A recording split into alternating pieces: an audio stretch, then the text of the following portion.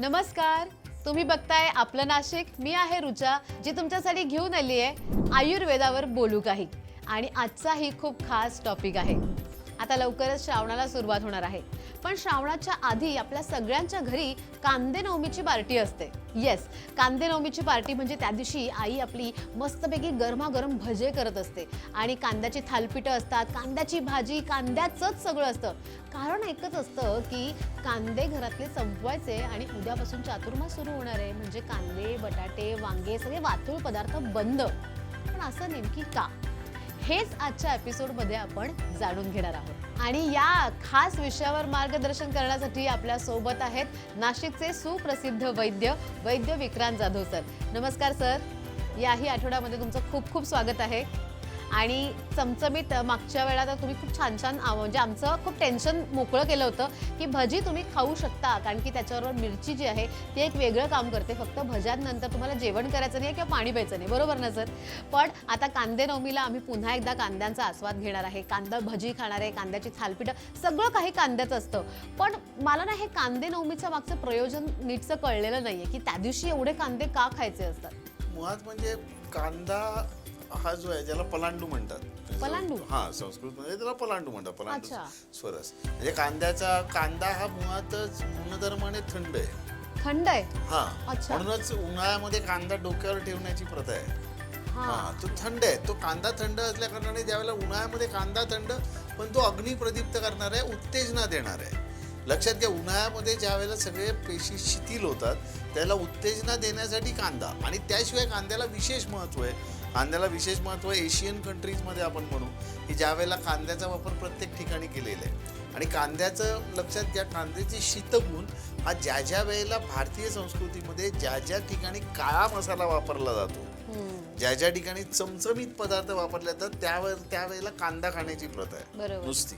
त्याशिवाय कांद्याचा वापर आपण कांदा भाजून केला जातो. कांदा भाजून तो मसाल्यामध्ये टाकला जातो, म्हणजे मग त्याच्यामध्ये ते गुणधर्म येण्यासाठी तो आपल्याकडे केलेला प्रकार आहे. तसंच ह्याच्यातली उत्तेजना. आता काय होतं, उन्हाळा आला नंतर उन्हाळ्यामध्ये तुम्ही पाहिजे त्या पद्धतीने तुमच्या शरीराची शक्ती वाढवू नाही शकत. मग इतक्यात येतो पावसाळ्यामध्ये परत क्षीणता. आणि ह्याही क्षीणता परत आणखी उत्तेजना झाल्यानंतर, कांदा लसूण याची उत्तेजना झाल्यानंतर ही क्षीणता तुमच्या अनारोग्याला कारणीभूत न ठरो म्हणून धर्मशास्त्राने कांदे नवमी टाकलेली आहे की तुम्हाला जेवढा कांदा खायचा आता खाऊन घ्या, आणि याच्या पुढे तुम्ही कांदा खायचा नाही. आणि कांदा केव्हा खायचा? ज्यावेळेला उत्तेजनाची तुम्हाला गरज आहे त्यावेळेला. म्हणजे मग परत एकदा आपण हेमंत ऋतूमध्ये जेव्हा जाऊ त्यावेळेला तो कांदा खायला सुरुवात होते. म्हणजे कांद्याची नवमी जशी केली तसं कांद्याचं पुनरुत्पादन ज्या वेळेला आहे, म्हणजे तसंच अजून आपल्या धर्मशास्त्राने केलं नाही. पण सांकेतिकरित्या मात्र थंडीमध्ये हे पदार्थ ज्यावेळेला काळ्या मसाल्याचे पदार्थ आहेत त्यावेळेला खाण्याची पद्धत आहे. कारण उत्तेजना नको, लसूण ही उत्तेजना नको, म्हणून कांदा हा शीतगुण. त्याशिवाय कांदा हा शीतगुण असल्या कारणाने आता ही शीतकाल सुरू झाला. आता हा शीतकाल सुरू झाला ज्यावेळेला पाणी आहे, मग अग्नी लागतो कांदा पचवायला. कांदा अग्नीशिवाय चांगला पचत नाही, कांदा पचत. तर त्यामुळे आपल्याला ह्या पद्धतीने, म्हणूनच कांदे नवमीची प्रथा आहे की त्यावेळेला ती कांदा तुम्ही खाऊन घ्या आता. म्हणून कांदे भात पासून सगळं त्यावेळेला केलं जातं. आणि मला असं वाटत नाही की कुठचं हॉटेल वगैरे असेल की तू फक्त अशी कांदे नवमी साजरी करत असेल. पण घरात मात्र 4 मित्र किंवा 4 कुटुंब येऊन कांदे नवमी साजरी करून बघा. याच्यामध्ये कांद्याबरोबर आपल्याकडे तुम्हाला सांगतो भजे, कांदा, ह्याच्यावर ओव्याची जोड दिलेली आहे शास्त्रकारांनी. आणि ओव्याची जोड ही खूप खास आहे, कारण ओवा हा तुमचा वात कमी करणार आहे, अग्नी प्रदीप्त करणार आहे. आणि त्यामुळे ती ओव्याची जोड दिलेली आहे, नुसतं खाण्यासाठी नाही. पण त्यावेळेला ती ओव्याची जोड त्याच्यामध्ये टाकून, म्हणजे भज्यामध्ये ओवा टाकलं की भजे पचायला सोपे होतात. आणि म्हणून कांद्याचा तो प्रकार सांगितलेला आहे तसं. म्हणून मग कांदे नवमीला विशेष महत्त्व आहे. याच्या पुढे कांदा खायचा नाही. पण कांदा खायचा नाही म्हणजे मला असं वाटतं की कुठचेच प्रत्येक व्यक्ती जी कांदे नवमी करते ना, तर त्याच्यानंतर त्यांना कांद्याची उणीव भासत नाही. म्हणजे हे शास्त्र, कारण पुढचे पदार्थ शास्त्रकारांनी भरपूर दिलेले आहेत की जे कांद्याला अल्टरनेटिव्ह, कांद्याच्या चवीला जे बदलता यावं ते बदलावं, हे शास्त्रकारांनी नेहमी पाळलेलं आहे. तर त्यामुळे प्रत्येक वेळेला बदल दिलेला आहे तो. नाही, म्हणजे कांदे नवमीला आपण भरपूर कांदे खाऊन घेतो, ते उत्तेजना देणारं आहे. आणि पुढे मग आपल्याला त्या उत्तेजनाची गरज नाहीये का? ती उत्तेजनाची गरज तुमच्या शरीराच्या शक्तीप्रमाणे उत्तेजना दिलेली आहे.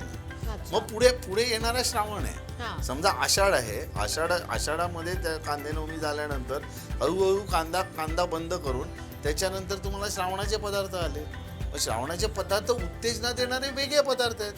मग ते मधुर रसात्मक आहे, मग ते स्निग्ध आहेत, वृक्ष आहेत, अशी ते कॉम्बिनेशन आहे त्याच्यामध्ये. असं कॉम्बिनेशन करून ठेवलं. आणि नंतर मग श्रावण भाद्रपद आला. मग भाद्रपदामध्ये म्हणजे तो आणखी आपल्या पुढच्या गोष्टी आहेत त्या. मग श्रावणाचं महत्त्व तिथे येतं. मग श्रावण मासी हर्ष मानसी जे आपण म्हणतो, एवढं श्रावण मासी हर्ष मानसी आषाढानंतर, ज्या वेळेला आषाढामध्ये एवढं विठ्ठलाचं सगळं रूप असतं, वारी असते, सगळ्या गोष्टी असतात, आणि त्याच्यानंतर येणारा श्रावण म्हणजे श्रावण हा काहीतरी तुम्हाला देणार आहे. आणि श्रावणातले विविध पदार्थ, श्रावणातल्या पदार्थांची विविधता शास्त्रकारांनी खूप वेगळी दिलेली आहे. खरं तर त्याचं महत्त्व पण वेगळं आहे. उपवासाचं महत्त्व वेगळं आहे. उपवास म्हणजे काय हे मुळात म्हणजे आपल्या शास्त्रकारांनी सांगितलेलं आहे. आता दुर्दैवाने उपवासाची थाली तयार झाली तर हा भाग वेगळा आहे, म्हणजे त्याच्याविषयी आपण बोलू नंतर. येस, नंतर म्हणजे श्रावणातला एक वेगळा एपिसोड आपला होणार आहे. कारण की आता बोलता बोलता सरांनी सांगितलं की जसा कांदा कमी होणार तसे श्रावणातले पदार्थ वाढणार आहेत.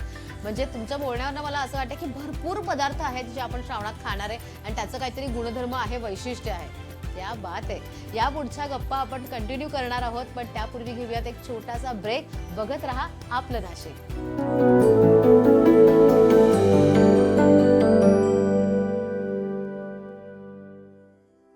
Welcome back. नमस्कार, मी आहे रुचा. माझ्यासोबत आहेत वैद्य विक्रांत जाधव. तुम्ही बघता आहात आपलं नाशिक. आयुर्वेदावर बोलू काही. सर, मस्तपैकी तुम्ही आम्हाला कांदे नवमीबद्दल सांगितलं, कांदा कसा उपयोगी आहे ते तुम्हाला सांगितलं, ते तुम्ही मला सांगितलं. कांदे पुढे आपल्याला टाळायचे आहेत ते तुम्ही मला सांगितलं. पण जसा कांद्यांचा विषय आहे, पुढे श्रावणाबद्दल आपण गप्पा मारणार आहोत. पण तसंच आत्ता पावसाळा सुरू आहे. मागच्या काही एपिसोडमध्ये आपण पाण्याविषयी जाणून घेतलं होतं, पावसाळ्याबद्दल जाणून घेतलं होतं. पण ना मला असं जाणवलं आणि काही आपल्याला प्रतिक्रियासुद्धा आलेल्या होत्या की पावसाळ्यामध्ये अनेक विकार होतात. बऱ्याचदा पोटाचे विकार होतात किंवा लहान मुलांना सर्दी पडसं होतं. सो काही आयुर्वेदामध्ये घरगुती उपाय सांगितलेले असतील तर ते आम्हाला तुम्ही मला सांगू शकाल का? मुळात म्हणजे आयुर्वेदामध्ये घरगुती उपाय सांगण्यापेक्षा आयुर्वेदाने घरगुती काय करावं हेच सांगितलं. सगळ्यात पहिले पावसाळ्यातलं सगळ्यात उत्तम जर काही असेल तर ते आहे सुंठ. आणि इथे त्यावेळेला दलदल आहे, त्यामुळे सुंठीने तुमचा कफ पण शोषला जातो, वात पण कमी होतो. त्यामुळे सुंठवड्याची प्रथा ही उन्हाळ्यापासून आपल्याला घ्यायला सांगितलेली आहे. कारण काय, तुमच्या पावसाळ्यामध्ये तुम्हाला त्रास व्हायला नको म्हणून. जेवणानंतरचं गरम पाणी हे पावसाळ्यातलं आहे. विविध प्रकारच्या चटण्या, तिळाची चटणी ही पावसाळ्यातली आहे. पावसाळ्यामध्ये ज्या लोकांना अंगदुखी आणि हे होतात त्यांच्यासाठी तिळाची चटणी सांगितली आहे, खुरासणीची चटणी सांगितली आहे. म्हणजे हे सगळे त्यावेळेला आहे. पावसाळ्यामध्ये नाक वाहनं याला निलगिरीचं तेल तुमच्या रुमालावरती टाकून त्याचा श्वास घेणं हे नाक वाहण्यासाठी आहे. म्हणजे नाक वाहणे त्यावेळेला श्वास मोकळा होतो तुमचा. म्हणजे त्यावेळेला ह्या ज्याला आज आपण फर्मेंटेशन म्हणतो किंवा वेगवेगळे, तर हे साध्या सुध्या गोष्टी आपल्याला सांगितल्या. जेवणानंतर पाणी सुंठ तोंडात टाकून किंवा आलं तोंडात टाकून त्याच्यावरती गरम पाणी घेणं हा सुद्धा पावसाळ्यातला उपाय आहे. पावसाळ्यातली दिनचर्या म्हणता येईल आपल्याला. त्यामुळे तुम्हाला आपल्याला काय करायचं, दुसरी गोष्ट सगळ्यात महत्त्वाचं, पावसाळ्यापासून अभ्यंगाला सुरुवात करायची. अभ्यंग स्नान आपलं वेगळं आहे. पण पावसाळ्यामध्ये ज्यावेळेला वात वाढतो त्यावेळेला तुमच्या शरीराला वात कमी करण्यासाठी, कारण अभ्यंग जोरात मसाज केलं तर तो थकवा येतो. तो थकवा म्हणून त्या पद्धतीचं अभ्यंग हे थंडीमध्ये आहे. पण इथे तुमचं तेल लावणं एवढी प्रथा मात्र पावसाळ्यामध्ये सांगितलंय की ज्याच्यामुळे वाताचं शमन होतं. म्हणून लहान मुलांना जर का कफाचा त्रास असेल तर रात्री झोपताना छातीला अलगदपणे तुम्ही तिळाचं तेल चोळा किंवा अन्य प्रकारची तेलं आपल्याला आहेत तर ती तुम्ही चोळू शकता की ज्याच्यामुळे लहान मुलांना उष्णता वाढेल आणि त्याच्यामुळे त्याचा श्वास मोकळा होईल. आता पावसाळ्यात होणारं समजा जुलाब आहे, आता बऱ्याच वेळेला उन्हाळ्यात होणाऱ्या जुलाबावरती बेल हे औषध आहे. पावसाळ्यात होणाऱ्या जुलाबावरती काय, पावसाळ्यात होणाऱ्या जुलाबावरती सुंठ आहे. तर सुंठीचं काम, कारण सुंठ शोषून घेणार सगळं. आणि पावसाळ्यातले जुलाब कशामुळे होणार आहेत किंवा पाण्याच्या दूषिततेमुळे. मग त्याच्यामध्ये आणि पावसाळ्यातल्या आणि उन्हाळ्यातल्या जुलाबामध्ये फरक एवढा आहे की पावसाळ्यामध्ये जुलाब जेव्हा होतात त्यावेळेला तुम्हाला त्या पद्धतीची अशक्तपणा होत नाही जेवढा उन्हाळ्याचा होतो. पण त्यावेळेला तुम्ही खाण्यामध्ये पावसाळ्यामध्ये भाजलेले पदार्थ जर खाल्ले, मगाशीच आपण म्हटलं भाजलेले पदार्थ खाल्ले तर जुलाबाचा तो त्रास कमी होतो. म्हणजे ह्या पद्धतीने आपल्याला सांगितलं. म्हणजे लहान मुलांसाठी सगळ्यात उत्तम म्हणजे आणखी आलेपाक सारखं आहे. म्हणजे आलेपाक किंवा सुंठ आणि तूप जर आपण दिलं तर त्याच्यासारखं लहान मुलांना म्हणण्यापेक्षा संपूर्ण परिवारासाठी सुंठ आणि तूप एकत्र करून चटणीसारखं आपल्या ताटामध्ये असावं. जे डावा आणि उजवा म्हणतं त्याच्यामध्ये मस्त डाव्या बाजूला सुंठ आणि तूप घ्या आणि त्याचं चाटण घ्या. आणि मला असं वाटतं की त्याच्यासारखं तुमच्या आरोग्यासाठी काहीच नाही. फक्त आणि गोड या वेळेला टाळायचं. आणि गोड टाळायचं म्हणजे टाळायचंच, कारण आज तुम्हाला गोड पचवण्याची शक्ती नाही आहे. तर त्यामुळे तुम्हाला गोड टाळावं लागेल. तरुणांसाठी मी तर सांगेन की सगळे कोल्ड्रिंक्स आणि हे प्रकार टाळले गेले पाहिजे. आता तरुणांना प्यावंच वाटतं किंवा काय, तर घोटभर प्या आणि तुमच्या मेंदूतला ते क्षमवा, बस, बाकी काहीच नाही. आणि आपल्याकडे भरपूर प्रकार आहेत. म्हणजे तुम्ही एखादे सरबत लिंबू सरबत आहे. लिंबू सरबतामध्ये तुम्ही सुंठ किंवा आलं टाकलं आणि ते सरबत घेतलं तरी सुद्धा चांगलं होईल. म्हणजे हे, आणि या कूलर्सला परदेशात $10 आणि $15 मोजावे लागतात तुम्हाला, पण त्याच्याऐवजी तुम्ही हे करू शकता. अशा पद्धतीचं आपण जर रिझाईन केलं तर खूप चांगलं. आता वृद्ध माणसं आहेत, तर वृद्ध माणसांना पावसाळ्यामध्ये थंडी वाजणं आणि अंग दुखणं असा त्रास कॉमन होतो. म्हणजे ते सगळे टोपी घालून सगळे असतात.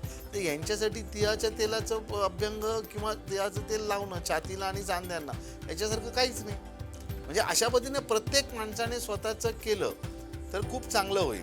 म्हणजे आता समजा तरुण आहे, तरुणांना स्वतःची त्वचा ठेवायची आहे, तर त्वचेला रुक्षण काय देणार? तर उठण्यासारखं काहीच नाही आहे.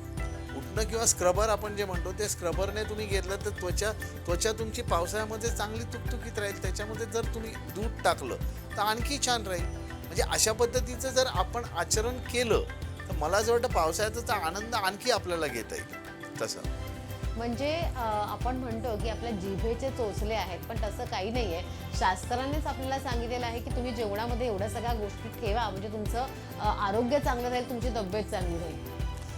पावसाळ्यामध्ये आणखी दुसरं सांगितलं, पावसाळ्यामध्ये बघा तुम्हाला आहार कमी जातो तुलनेने, कारण तुमचा अग्नी कमी झालेला आहे दलदली.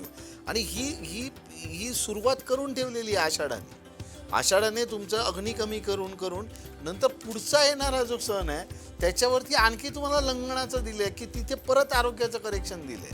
आणि मग पुढचा येणारा जो महिना आहे, जो मराठी महिन्यांपैकी, तो आहे श्रावण. आणि श्रावणातले उपास त्याच्याबद्दल आपल्याला बोलता येईल. पण ते कशा पद्धतीने हे क्रम केलाय याच्याबद्दलचा जर विचार केला तर आपल्याला विचार पडतो की त्यावेळेची काय ॲडमिनिस्ट्रेशन होती. म्हणजे ती ॲडमिनिस्ट्रेशन एक संपूर्ण विश्व त्याच्यात बांधलेलं आहे त्यांनी. आणि ते विश्व त्याच्यामध्ये बांधलेलं आहे याच्यासाठी की निरोगी आणि त्याने जगावं, त्याने आयुष्य जगावं, याच्यासाठी बांधलेलं. आणि आनंदाने आयुष्य सगळं सेलिब्रेट करत जगावं. सेलिब्रेट. वा, किती छान ना. म्हणजे आपण जर का बारकाईने विचार केला तर या गोष्टी आपल्या डेली लाईफमध्ये इतक्या महत्त्वाच्या आहे ना की बस. म्हणजे आयुष्य सेलिब्रेट करणं जे म्हणतात ना, ते कदाचित हे असं असावं. सध्या आपण ना खूप वेगळ्या दृष्टीने आयुष्य सेलिब्रेट करण्याकडे जातो, पण आपल्या भारतीय प्राचीन संस्कृतीमध्ये इतक्या सुंदर गोष्टी ऑलरेडी नोंद करून ठेवलेल्या आहेत. आणि त्या जर का आपण तंतोतंत फॉलो केल्या तर मला वाटत नाही कुठलाही आजार आपल्याला होऊ शकतो किंवा कुठल्या रोगाची हिंमत आहे आपल्याकडे येण्याची. आणि आयुर्वेदामध्ये तेवढी ताकद नक्कीच आहे. सो सरांनी खूप छान छान गोष्टी सांगितल्यात. हे छोटे छोटे बदल जर का आपण आपल्या दैनंदिन जीवनामध्ये केलेत तर नक्कीच फरक पडू शकतो. सरांनी शेवटी बोलता बोलता एक शब्द वापरला, लंघन म्हणजे उपवासच ना एक प्रकारचा. आणि उपवास म्हणजे श्रावणातले उपवास आलेच की. मग त्याबद्दल मला वाटत नाही की आजच्या एपिसोडमध्ये आपण तेवढं सगळं ते सामावू शकू. सो उपवासाबद्दल, श्रावणातल्या उपवासाबद्दल आपण पुढच्या एपिसोडमध्ये निवांत गप्पा मारणार आहोत. पण सर, तुमचं खूप कौतुक आहे. तुम्ही दरवेळेस येतात आणि इतकी छान मार्गदर्शन आम्हाला करतात. सर परदेशवारीला गेले होते, पण तरीही ते फक्त आपल्यासाठी इथे आलेले आहेत आणि एवढं छान तुम्ही मार्गदर्शन केलेलं आहे. त्याबद्दल खूप खूप आभार तुमचे सर. श्रावणाचं सेलिब्रेशन, श्रावणातले उपवास आणि आयुर्वेदाचं महत्त्व हा पण एक खूप निवांत टॉपिक आहे जो आपण सरांशी बोलणार आहोत. पण सरांच्या बोलण्यातनं अजून काही गोष्टी अशा आलेल्या आहेत की काही वनस्पती, रानभाज्यांचा सरांनी उल्लेख केला होता. सो रानभाज्यांचा सुद्धा एक स्पेशल एपिसोड करणार आहोत. आणि या महिन्यामध्ये ना एक पुरुषांची आवडती गोष्ट आहे, तुम्ही सगळेजण ते सेलिब्रेट करत असतात, त्याविषयी सुद्धा आयुर्वेदामध्ये सांगितलेलं आहे आणि त्याविषयीचा सुद्धा एक स्पेशल एपिसोड आमच्याकडे असणार आहे. सो आजचा एपिसोड कसा वाटला हे मला कळवायला विसरू नका. तुमचे जर का काही प्रश्न असतील तर ते स्क्रीनवर दिलेल्या नंबरवरती तुम्ही आम्हाला बिंदास विचारू शकता. वैद्य विक्रांत जाधव सर त्याचं उत्तर नक्कीच देतील. तुमच्या सगळ्या शंकांचं निरसन ते नक्कीच करतील. सो पुढच्याही एपिसोडमध्ये मी खूप छान छान टॉपिक्स घेऊन येणार आहे. हिंट मी तुम्हाला आता दिलेली आहे की कुठले कुठले ते टॉपिक्स असणार आहे. त्यामुळे बघत राहा आपलं नाशिक आणि आयुर्वेदावर बोलू काही. मी रुचा तुमची रजा घेते. नमस्कार.